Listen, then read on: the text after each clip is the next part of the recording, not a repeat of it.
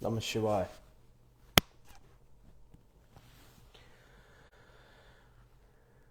आप सबको, आप सबके भीतर बैठे भगवान शिव शिवा को मेरा प्रणाम।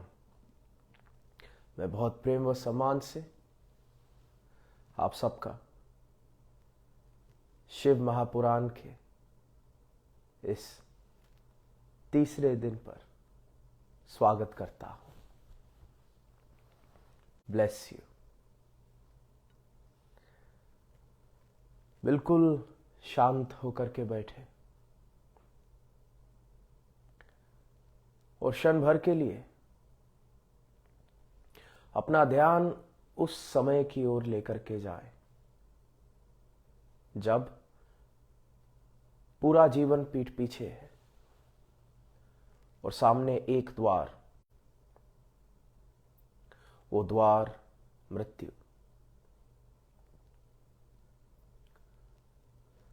द्वार के उस पार क्या है आप नहीं जानते, लेकिन आपको उस द्वार तक चलना तो होगा। देखो कि क्या आप उस द्वार तक चलते हुए जा रहे हो और या यमदूत आपको खींच रहे हैं। और जैसे जैसे वो द्वार आपके और पास आता है तो भीतर कैसे भाव उत्पन्न हो रहे हैं। क्या क्या छोड़ के जा रहे हो आप उस द्वार की ओर। ऐसे कौन कौन से काम हैं जो अधूरे रह गए। ऐसे कौन कौन से प्रियजन हैं जो आपने पीछे छोड़ दिए। लेकिन वो बात तो बात की है। अभी तो एक ही द्वार और वो द्वार मृत्यु। जैसे जैसे आप उस द्वार के और पास आते हो शरीर कमजोर पड़ जाता है। मृत्यु का आभास सबसे पहले आपको अपने हाथों और पैरों में होगा। आपके हाथ पैर ठंडे होने शुरू हो जाएंगे। प्राण शक्ति सबसे पहले हाथ और पैर से ऊपर खींचनी शुरू होगी। आप बैठ जाओगे, गिर जाओगे। धीरे धीरे प्राण शक्ति और ऊपर उठेगी। फिर आपका हृदय चलना बंद कर देगा और धीरे धीरे आपका एक ही ऑर्गन काम करेगा और वो है आपकी ब्रेन, आपका दिमाग। कहने का मतलब आप कुछ बोल नहीं पाओगे, कुछ सुन नहीं पाओगे, लेकिन समझ सब कुछ आएगी। आपको दिखेगा धीरे धीरे कैसे दिल धड़कना बंद करता है, धीरे धीरे कैसे सांस का प्रवाह रुक जाता है। आपको समझ आएगी कौन आपके आसपास खड़ा है, कौन रो रहा है, चीख रहा है, चिल्ला रहा है, और आप किसी के आंसू पोंछ नहीं पाओगे। आप समझ पाओगे कब चिकित्सक आपको मृत बता देगा और आप लड़ना चाहोगे। आप उसको कहना चाहोगे मैं अभी भी हूं, मैं शरीर में अभी भी हूं। लेकिन धीरे धीरे फिर न्यूरॉन्स भी काम करना बंद कर देंगे और फिर आप अपने शरीर के सामने खड़े हो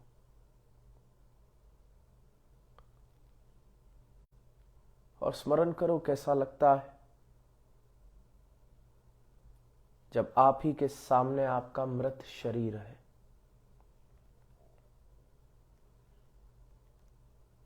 अब शरीर में कोई जीवन नहीं।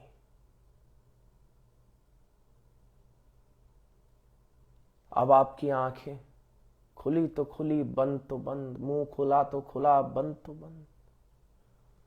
एक एक मांसपेशी ढीली पड़ी। और देखो कौन कौन प्रियजन है आपके आसपास जब शरीर की मृत्यु हो गई। अभी तक आपने वो द्वार पार नहीं किया, अभी भी आप इसी लोक में हो। लेकिन अब क्योंकि शरीर चला गया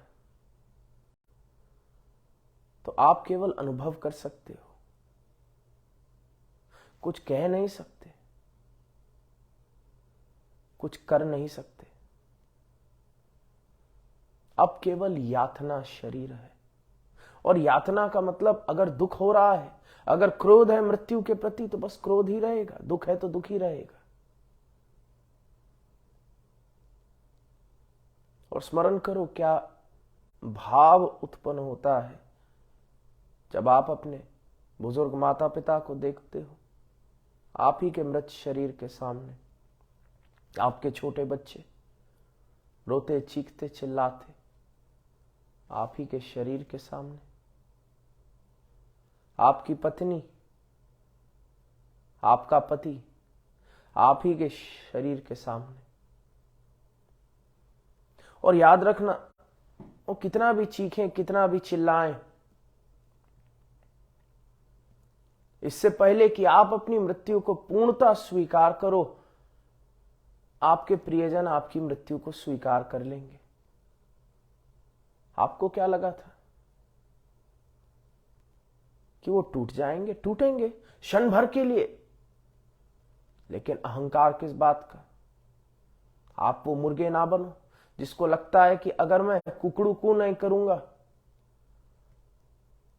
तो सवेरा नहीं होगा। टूटेंगे, सब प्रियजन टूटेंगे, लेकिन क्षण भर के लिए। और इससे पहले कि आप अपनी शरीर की मृत्यु को स्वीकार करो, उन्हें स्वीकार करनी पड़ेगी। वो प्रैक्टिकल हो जाएंगे, क्योंकि घर में कौन मृत शरीर रखना चाहता है? वो जानते हैं यही शरीर सड़ जाएगा, यही शरीर बास मारेगा।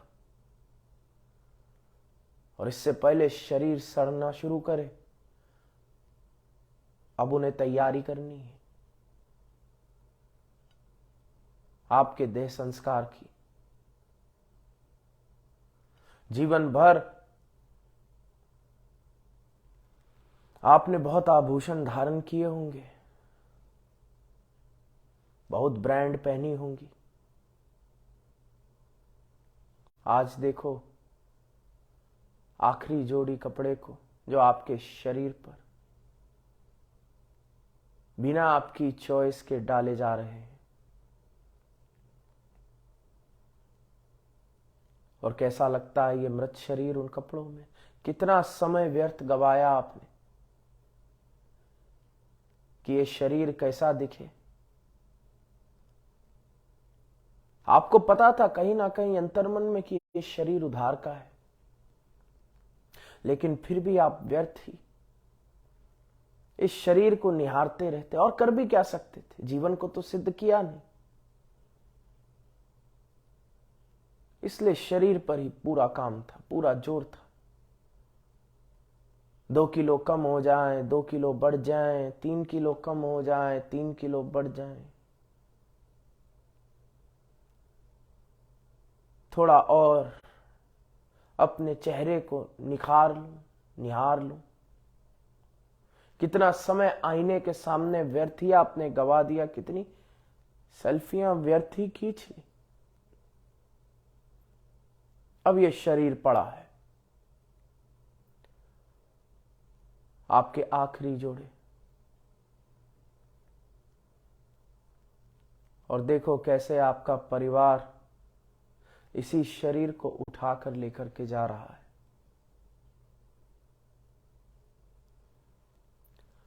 अपनी अंतिम यात्रा में आप भी चलोगे, अपने यातना शरीर को धारण कर। आखिरी बार देख लो अपने घर को, तुम्हारा बिस्तर। आखिरी बार देख लो अपनी वस्तुओं को, और स्मरण करो कैसा होता है, क्या भाव उत्पन्न होता है। क्योंकि अंत में बस भाव को ही स्मरण कर पाओगे। और तो कुछ बचा ही नहीं स्मरण करने के लिए। आपको क्या पता कौन सा आखिरी भोजन, क्योंकि जिस क्षण पता चलेगा मृत्यु आ गई, फिर बहुत देर है भोजन की, प्रेम की या कुछ और करने के लिए। फिर केवल अनुभव कर सकते हो। और ये होना है आपके साथ। कुछ और सत्य हो या ना हो, ये परम सत्य है कि आपका परिवार आपके मृत शरीर को आप ही के घर से उठा करके ले जाएगा।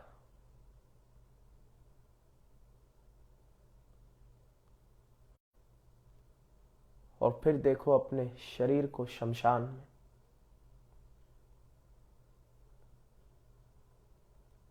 लकड़ी के ढेर के ऊपर, आपका खूबसूरत शरीर, आपके प्रियजन, और स्मरण करो फिर कौन सा प्रियजन अग्नि लेकर के आएगा। अंत में कोई दुश्मन नहीं, आप ही के प्रियजन आपके शरीर को आग लगा देंगे। अनुभव करो वो चिंगारी, अनुभव करो अग्नि लकड़ी के ढेर को जलाते हुए। सबसे पहले आपके बाल जलेंगे, फिर आपके कपड़े आग पकड़ेंगे, फिर आपकी चमड़ी काली पड़नी शुरू हो जाएगी। ये होना ही है, ये होगा, ये इकलौता परम सत्य है। कब? वो महादेव के हाथ में, लेकिन ये तो होना है। जब चमड़ी काली पड़ेगी, तापमान बढ़ेगा, फिर आप ही का खून आप ही के शरीर के भीतर उबलना शुरू हो जाएगा, और फिर फटने की आवाज आएगी, जगह जगह से शरीर फटना शुरू हो जाएगा, भाप शरीर को छोड़ेगी।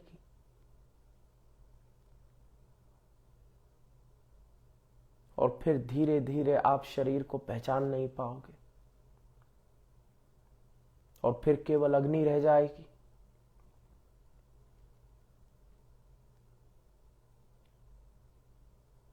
और फिर केवल अंगारे। और जब अंगारे सुलग रहे होंगे, आपके परिवार के जाने का समय आ जाएगा। न जाने कितनी बार आप जीवन जी चुके हो, न जाने कितने परिवार आपने पीछे छोड़ दिए। ये कोई नई बात नहीं। फिर आप ही के बच्चे आप ही को शमशान में जला करके चले जाएंगे। आपसे पहले आपकी मृत्यु को वो स्वीकार करेंगे,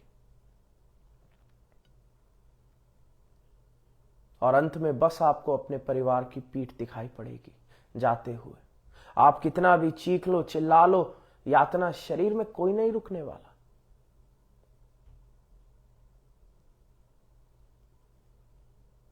और देखो अपने परिवार को जाते हुए।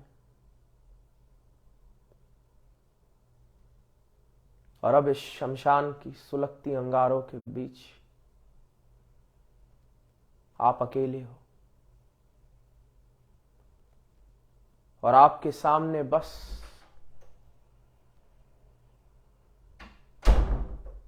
ये भस्म रह जाएगी। महादेव शिव शिवा की भस्म। अब और कुछ भी नहीं। और अभी तक तो आप मृत्यु के द्वार तक पहुंचे ही नहीं, क्योंकि जिसको आप मृत्यु का द्वार समझ रहे थे वो मोक्ष का द्वार है।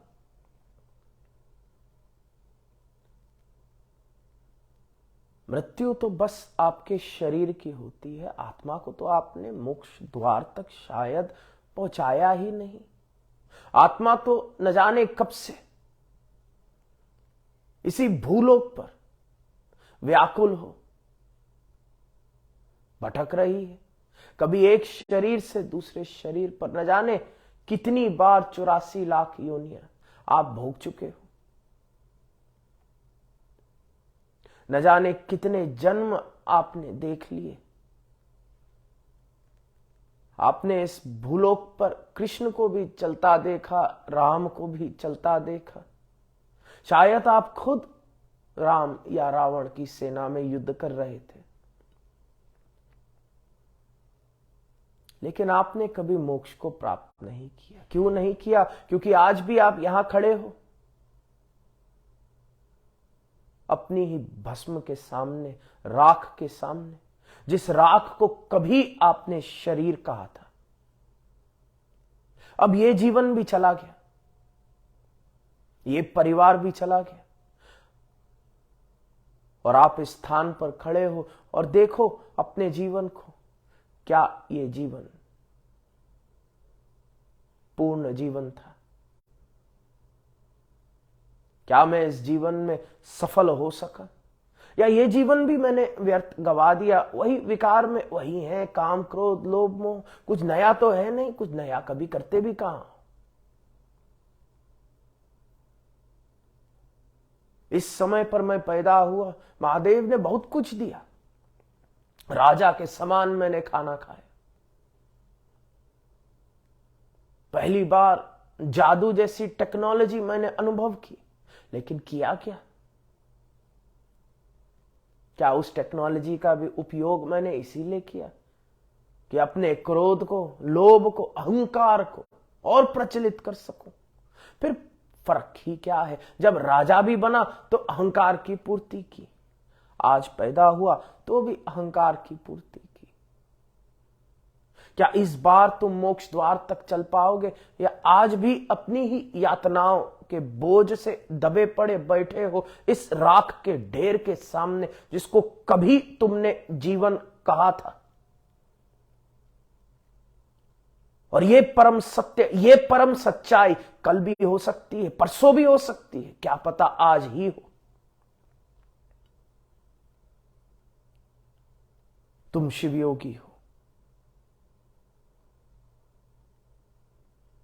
तुम शिव के हर स्वरूप को जानते हो, स्वीकार करते हो, और शिव तुम्हें हीलिंग देने वाला महामृत्युंजय भी है, और शिव महाकाल भी है, शिव भैरव भी है। वही भैरव जो अगर तुम पुकारोगे तो इसी शमशान में तुम्हें लेने आएगा। जिस भैरव के सामने सभी यमदूत नतमस्तक हो जाएंगे।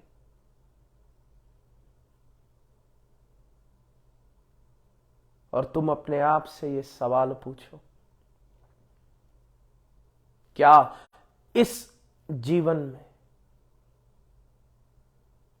तुमने शिव को अनुभव किया?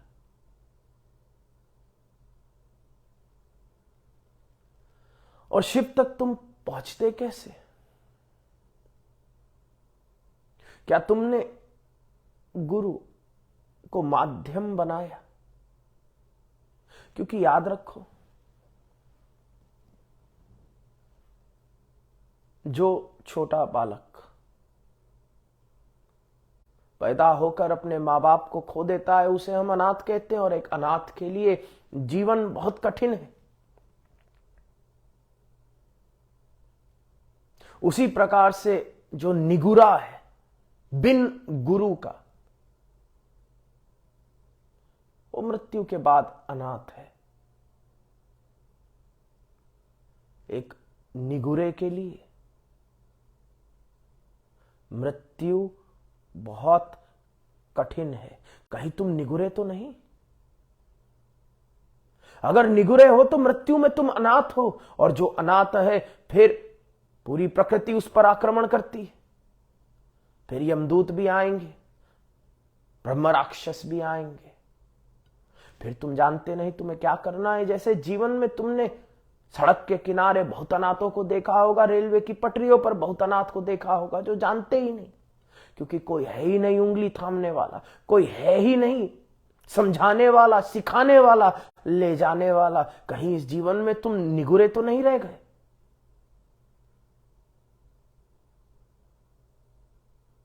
कहीं इस जीवन में भी तुमने गुरु को भी एक कमोडिटी समझ लिया? और कमोडिटी का क्या मतलब है? आभूषण। मैं ऐसा क्या आभूषण ग्रहण कर लूं जिससे सब पड़ोसी मोहल्ले वाले मुझे देख करके बोले कि वाह, तुम तो बड़े महान हो। कहीं ऐसा तो नहीं कि इस जीवन में तुम्हें लगा कि जब मैं संत महात्माओं के पास जाता हूं तो ये भी एक आभूषण समान है, इंस्टाग्राम पे फोटो डाल देंगे इनके साथ और फिर ये हमारे गुरु हो गए। जैसे हीरो हीरोइन चलते हैं कुछ साल, वैसे इंस्टाग्राम पे भी कुछ ना कुछ गुरु चल रहे होते। तो मैं वहां चला गया, थोड़ी बहुत सुन ली, फिर आ गया और मुझे लगा मैंने गुरु बना लिया। क्या तुमने दीक्षा ली? क्या तुमने अपने गुरु से ब्रह्म ज्ञान प्राप्त किया? देखो, कहने से थोड़ी ना कोई गुरु बन जाता है। ऐसे तो कहने से हरानाथ का बाप अंबानी, उस बच्चे को बस चिल्लाना है सड़क की पटरी पर बैठ, मेरा बाप अंबानी, मेरा बाप अंबानी। तो क्या अंबानी उसका बाप हो गया? ऐसे थोड़ी ना होता। क्या तुमने ब्रह्म ज्ञान प्राप्त किया अपने गुरु से? क्या तुमने दीक्षा ली? क्या तुमने जाना? क्या तुम्हें सच्चिदानंद की शांति की अनुभूति हुई?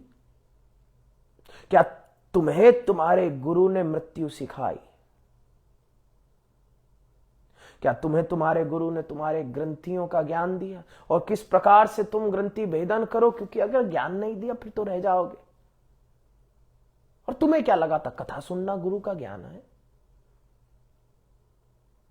याद रखना, जिस हिसाब से जिंदगी चल रही है, जिस हिसाब से टेक्नोलॉजी जा रही है,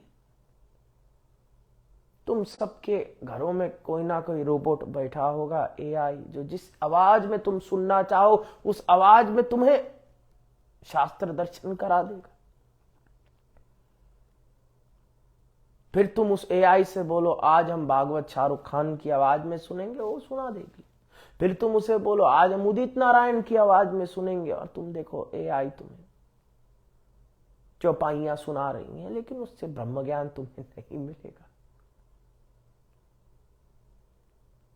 गुरु वो जो तुम्हें साधना सिखाए, तप जो तुम्हें सिखाए कि सुषुम्ना से किस प्रकार अपनी चेतना को तुम्हें उठाना होगा। और अगर इस ज्ञान से तुम अनजान हो तो तुम फिर मृत्यु से अनजान हो। फिर न जाने कितनी बार तुम कथाओं को सुन, इसी भूलोक पर अपने जीवन को व्यर्थ गवा रहे हो। और तुम स्मरण करो, कहीं तुम निगुरे तो नहीं।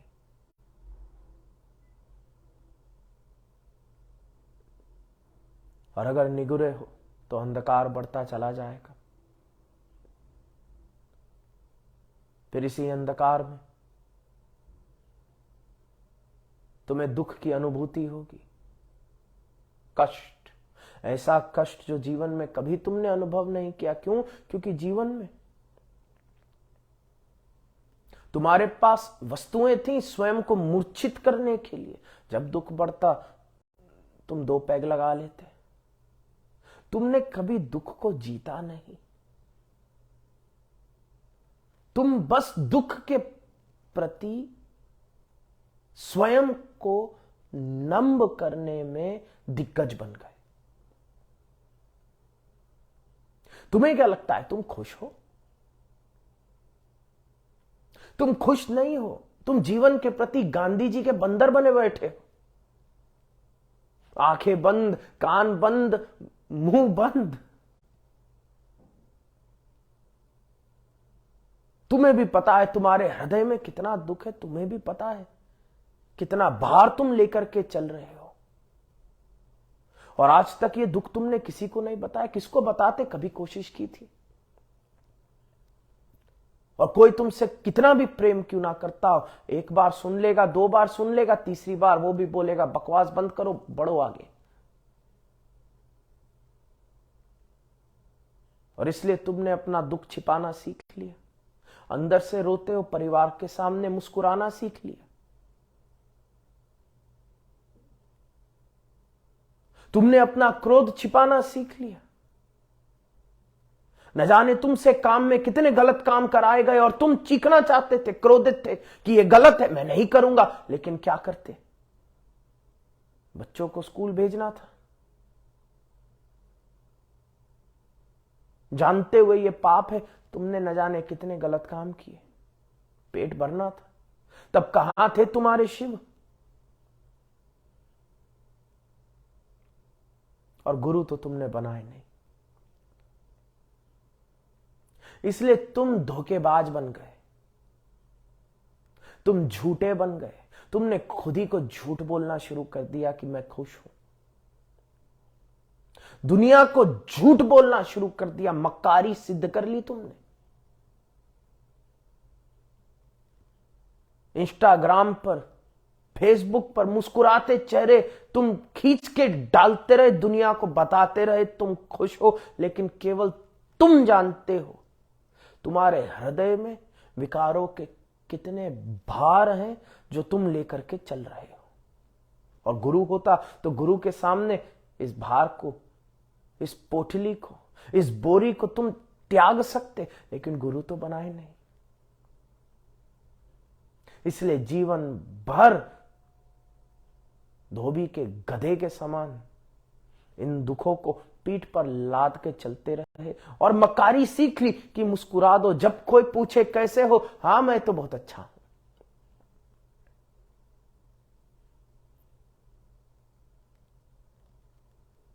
तुमने जीवन भर एक ही चीज सिद्ध की, खुद से झूठ बोलना। और तुम जानते हो तुम्हारे भीतर कितने दुख हैं, कितने कष्ट तुमने भोगे, कितने ट्रॉमा तुम्हारे अंदर है। और अगर जीते जी तुम इन्हें रिजॉल्व नहीं करते,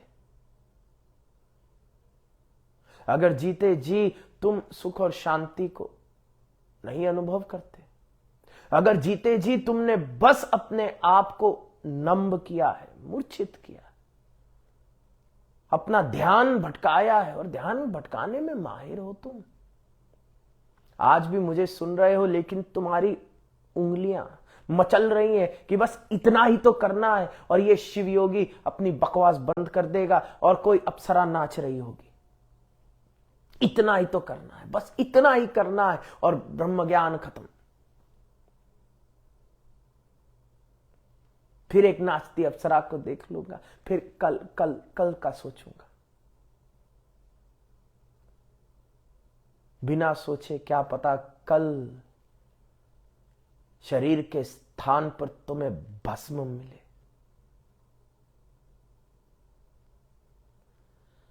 एक समय के बाद साक्षात्कार का मतलब है भागना बंद करना, मृत्यु से भागना बंद करना, जीवन से भागना बंद करना, गुरु से भागना बंद करना, शिव से भागना बंद करना और सामने खड़े होकर बोलना कि अब मैं तैयार हूं, अब बस हो गया। अब मैं अपना ध्यान नहीं भटका सकता, क्योंकि अगर इन असुरों को, इन विकारों को लेकर के मैं मृत्यु को प्राप्त होऊंगा तो मृत्यु के बाद यही विकार फिर तांडव करेंगे मेरे सामने। फिर कैसे ध्यान भटकाओगे? जब शरीर भस्म हो गया फिर इंद्रियों से कैसे ध्यान भटकाओगे? और इंद्र तो हमेशा ध्यान भटकाता है। इंद्र के पास और है ही क्या, दो अप्सराएं नचा दी, प्रलोभन दे दिया, और मृत्यु, शरीर की मृत्यु के बाद तो इंद्र भी साथ छोड़ देता है। फिर ध्यान नहीं भटका सकते, फिर देखना होगा इन कर्मों को जिनको जीते जी तप के माध्यम से भस्म करना था, लेकिन तुमने नहीं किया। फिर ये तुम्हारे पास आएंगे विकराल स्वरूप में, फिर तुम्हें अपने कर्म असुर के समान दिखाई देंगे तुम्हारे पास आते हुए। तुम्हें लगेगा ये यमदूत है। तुम इनके दांतों को देखोगे, इनकी आंखों को देखोगे, घबराओगे और फिर विचलित हो तुम फिर कोई योनि देखोगे कि कहीं और किसी और घर जन्म ले लूं, जल्दी से जल्दी किसी और पशु पक्षी के गर्भ में प्रवेश कर डालूं, और फिर तुम दौड़ पड़ोगे जीवन की ओर, और फिर ये चक्र शुरू हो जाएगा। पुनरपि जननम पुनरपि मरणम। और अब तो कलयुग है। अब न जाने कौन सी योनि में जन्म लो, अब न जाने कौन से जीवन को अनुभव करो, और क्या मतलब इस जीवन का, क्या मतलब इन सुख का। सुबह का खाया पकवान शाम को तुम्हारी शौच बन जाता है, फिर वही सुगंध दुर्गंध बन जाती है। शरीर और करता ही क्या है पकवान को शौच बनाने के सिवाय। जवानी का रिश्ता बुढ़ापे में दुख देता है। अपनी शादी की फोटो है देखना, हंसते हुए मुस्कुराते हुए, और आज अपनी बीवी की जाके शक्ल देखो। न जाने कितनी बार उसने सपने लिए तुम्हारे सर पे बेलन मारने के। शरीर और करता ही क्या है सिवाय शौच बनाने के। तुमने कितने रिश्तों को शौच बना दिया।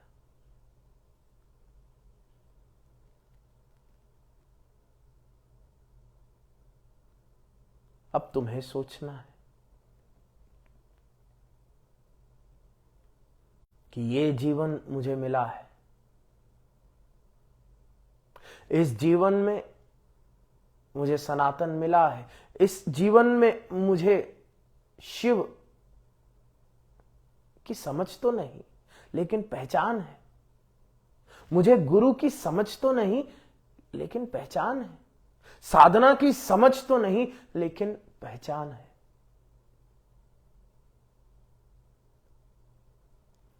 एक गहरी सांस लो,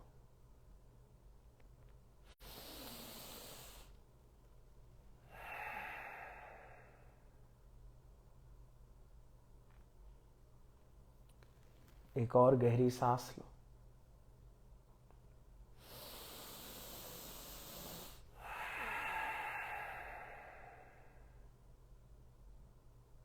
एक और गहरी सांस लो,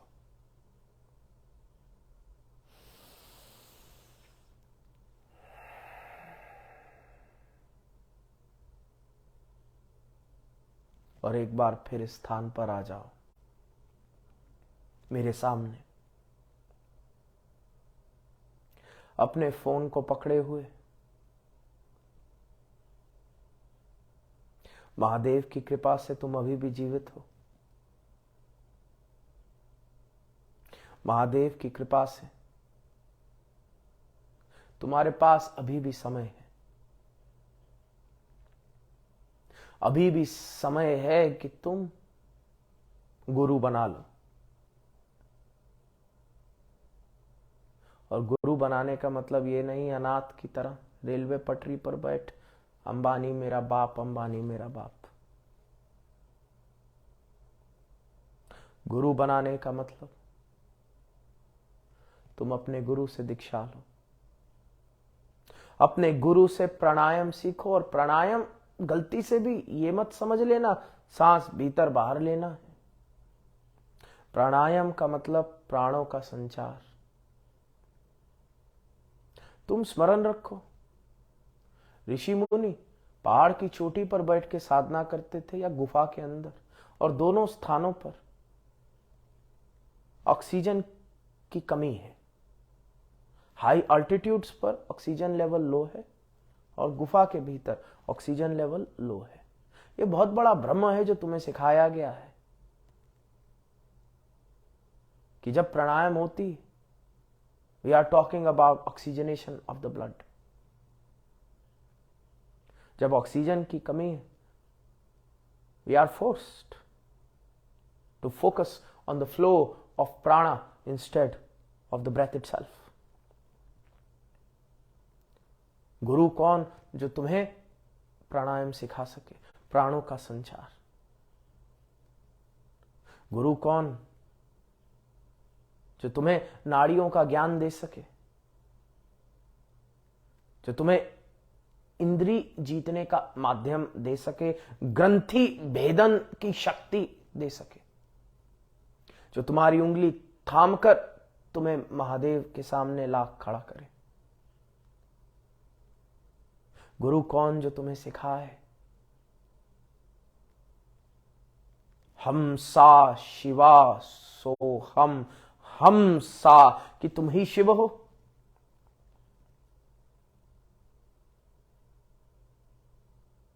वो गुरु नहीं जो तुम में और सिद्ध में भेद उत्पन्न करता है, वो चालाकी है। क्योंकि ऐसे बड़े विद्वान मैंने देखे जो तुम्हें सिखाएंगे बुद्ध अलग हैं, बुद्ध सिद्ध थे।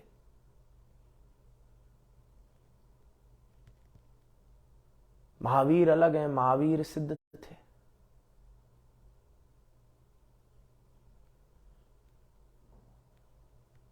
विवेकानंद अलग हैं, विवेकानंद सिद्ध थे। जो तुम्हें बताएंगे तुम्हारा एक ही काम है इन सिद्धों की पूजा करना, वो गुरु नहीं, वो पुजारी है। क्योंकि जहां तुमने केवल सिद्धों की पूजा करना सीखा तो तुमने सिद्धों में और स्वयं में भेद उत्पन्न कर दिया। फिर मनी मन तुमने स्वीकार कर लिया कि वो कुछ और है और मैं सामान्य हूं। सामान्य होना बहुत बड़ी चालाकी है। सामान्य स्वयं को बोलना आलस का बहुत बड़ा प्रतीक है। मेरे पास भी लोग आते हैं, कहते हैं कि भैया कहां हम आपसे साधना सीखें, हमारे पास समय नहीं, हमारे 2 बच्चे हैं। और मैं मन ही मन सोचता हूं तो क्या मैंने बंदर जन्मे हैं? भैया हम कहां साधना सीख सकते हैं, हमारी तो पत्नी है। भैया तो हमारी भी प्राण वल्लभ है, सप्तऋषियों की थी। मैं शिवयोग परंपरा से हूं और हम तो ग्रस्त होते हैं। जितनी माया तुम अनुभव कर रहे हो उतनी माया मेरे भी जीवन में। और शिवयोगियों का काम ही रहा है अनंत काल से ग्रस्तों को मार्ग दिखाना, ग्रस्तों को शिव तक पहुंचाना। क्योंकि सामान्य आदमी चालाकी खेलेगा और कहेगा कि देखो अभी तो हम जीवन में संन्यास नहीं ले सकते, 75 की उम्र में आएंगे आपके पास। भैया सठियाए हुए व्यक्ति का मैं क्या करूंगा? 75 की उम्र में तो तुम्हारे ना तो भेजे में कुछ बचेगा, ना शरीर में कुछ बचेगा, और न जाने कौन सी गोली खा के तुम जीवित रहोगे। अमेरिका में कई साल मैंने हॉस्पिस में काम किया।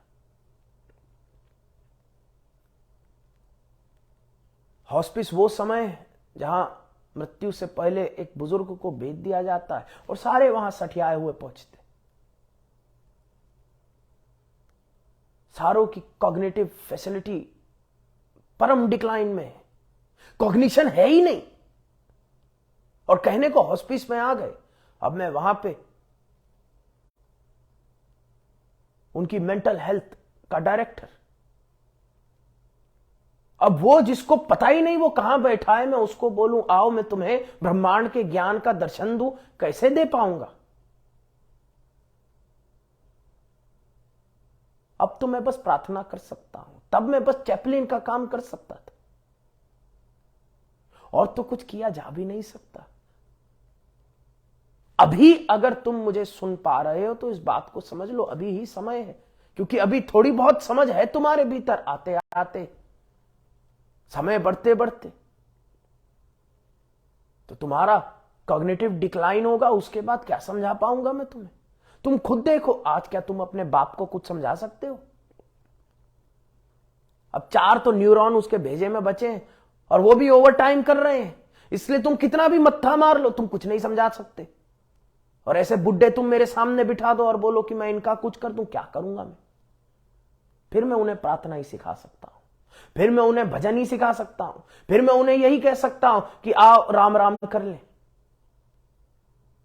अब साधना पथ पीछे छोड़ दिया उन्होंने, अब कठिन है। और इसलिए तुम देखोगे जब भजन हो रहा है, कीर्तन हो रहे हैं, बुड्ढों की भीड़। क्यों? क्योंकि साधना का समय होता है। साधना में शरीर को थोड़ा और तपाना पड़ेगा। इसलिए अगर तुम अभी नौजवान हो, बहुत अच्छी बात है, मैं तुम्हें बहुत आगे ले जा सकता हूं। तुम्हारा गुरु तुम्हें बहुत आगे ले जा सकता है। तुम्हारा गुरु तुम्हें साधना में और गहरा उतार सकता है। और इसलिए अभी अगर तुम बुड्ढों की भीड़ के बीच बैठ के कथा सुन रहे हो, तालियां बजा रहे हो, तो समझ जाना ये अभी हॉस्पिस आने का समय नहीं है, ये शिवयोग का समय है, ये तप का समय है, ये जानने का समय है, ये समझने का समय है, ये स्वयं को सिद्ध करने का समय है। फिर तुम्हें जीवन भी और सुख देगा। क्यों? क्योंकि अभी जीवन जीते हो अपना ध्यान भटकाकर। क्योंकि तुम्हें भी पता है हृदय में कितना दुख का भार लेकर के चल रहे हो। साधना में हम क्या करते हैं? साधना में सबसे पहले हम स्वयं को शुद्ध करते हैं, हम अपने मन को सिद्ध करते हैं। साधना में हम सबसे पहले स्वयं को मुक्त करते हैं, और फिर जब शांत हो, शुद्ध हो, मासूम हो, फिर तुम जीवन जियो। फिर भगवत स्मरण में भी तुम्हें मजा आएगा। क्यों? क्योंकि अभी तुम भगवान का भी इस्तेमाल अपना ध्यान भटकाने के लिए कर रहे हो।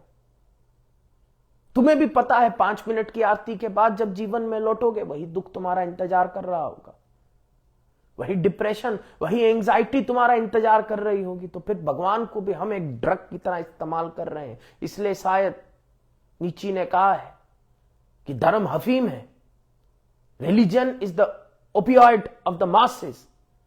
रिलीजन इज एन ओपियोइड, सही कहा है, लेकिन अगर साधना का प्रीकर्सर नहीं है, then religion is an opioid. और अगर साधना का प्रीकर्सर है, then religion is the path to true knowledge,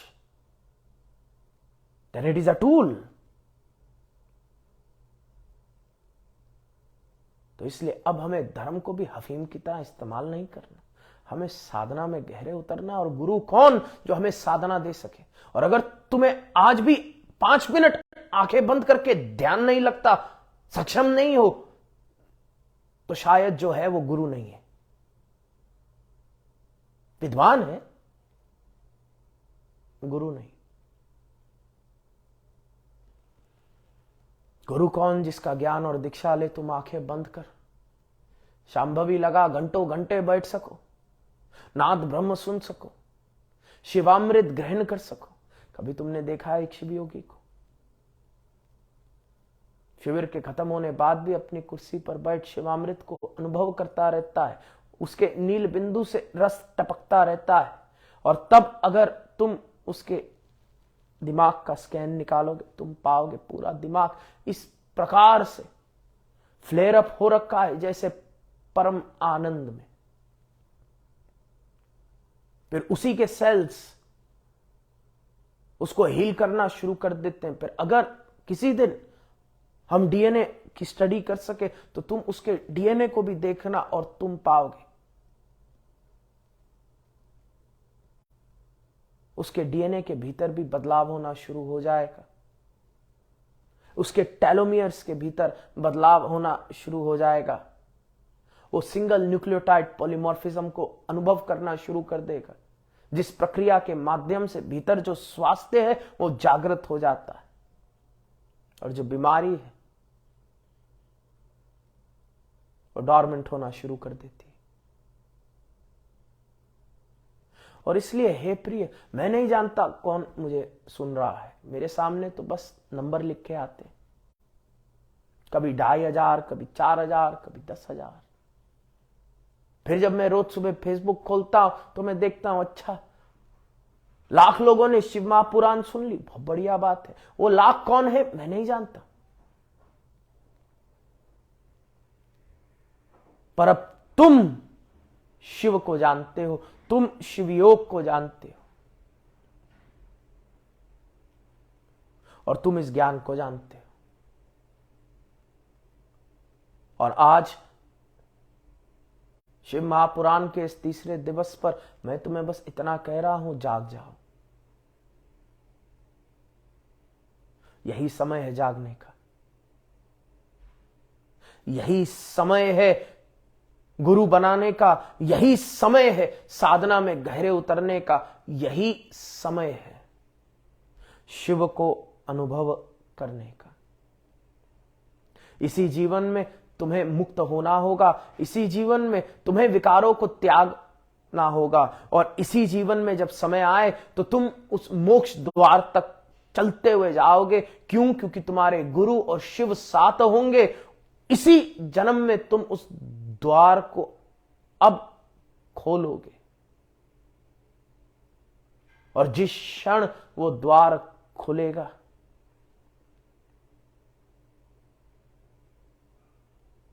तो शिव, गुरु और तुम में कोई भेद नहीं, तुम तीनों एक हो जाओगे।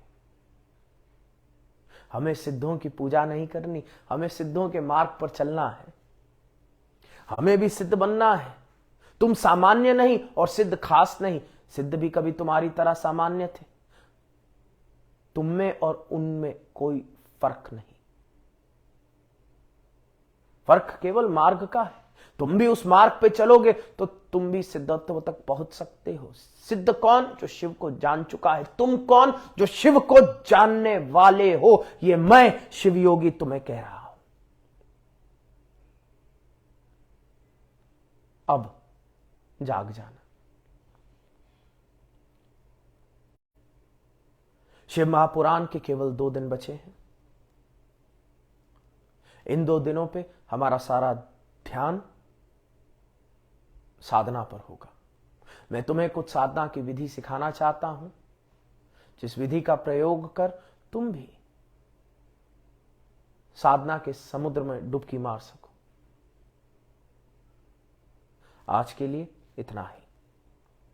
जाने से पहले अभी मेरे सामने कुछ 3-4 हजार लोग हैं।